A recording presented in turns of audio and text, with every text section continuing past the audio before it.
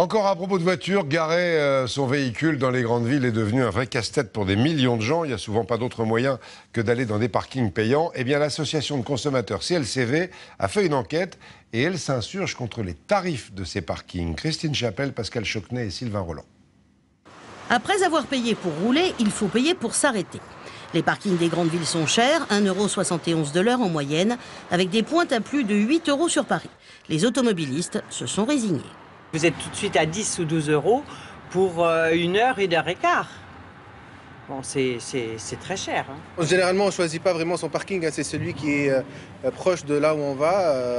C'est là où on se gare, généralement. Les parkings, c'est très cher. Mais en même temps, ça revient moins cher qu'une place de parking dans la rue et de perdre du temps. Ils sont tous chers. Enfin, il vaut mieux ça qu'un PV. Hein. Et difficile de faire jouer la concurrence compte tenu de la rareté des parkings et des places libres.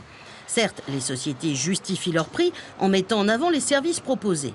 Gardiennage, vidéosurveillance, lavage de voitures et prêt d'objets divers. Mais ce que demande la CLCV, c'est avant tout un affichage visible à l'extérieur.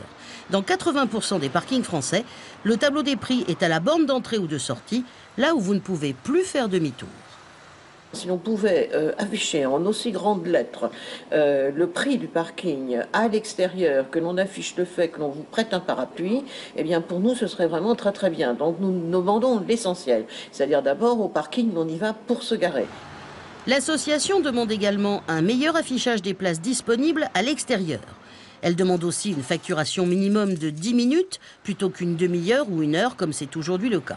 En gros, plus de transparence dans une politique tarifaire qui laisse peu de choix à l'automobiliste désireux de se transformer en piéton. Voilà, et si vous habitez à la campagne, vous découvrez l'un des gros problèmes des citadins.